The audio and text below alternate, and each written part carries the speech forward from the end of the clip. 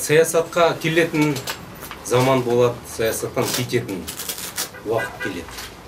Өйткені мына осы жұмыспен белсенді түрде 100% уақыт бөліп, эмоция, жүйке беріп жүру мәңгі болмайды жігіттер. Менің кеткенім, осы саясаттан кеткенім, ол біздің идеямыз өшті, біздің ұлттық патриоттық, ұлттық демократиялық жұмысымыз осымен бітіреді деп мүлдем ойламаймын. Тек қана осы бір ғана адамның күші шектеулі.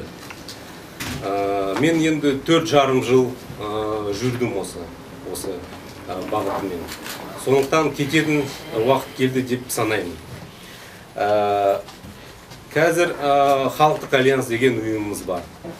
Қазір олар мысалы полигондарға қарсы, гептилге қарсы жұмыс жасап жатыр. Көп азаматтарымыз бар. Қазір Еуразиялық одаққа қарсы жігіттеріміз, әріптестеріміз қарсы шығып жатыр. Ол да мына жұмыс жалғастыра береді.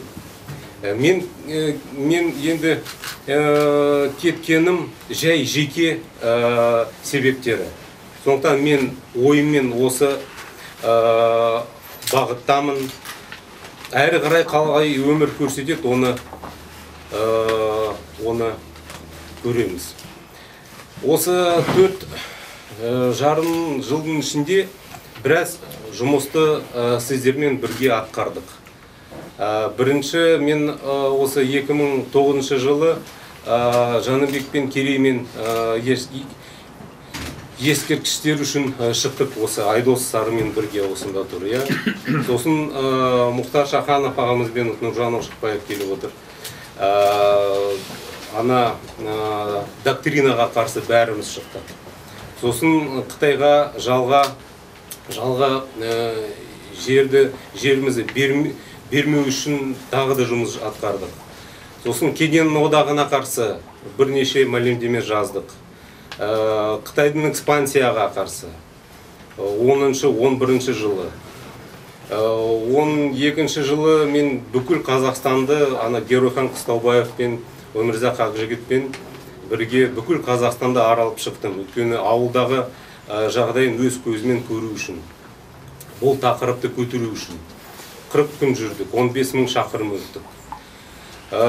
Былтыр бірінші біз осы полигондар, Ресейдің полигондардың тақырыбын көтердік. Мен арнайы Капустин Ярға барып келдім.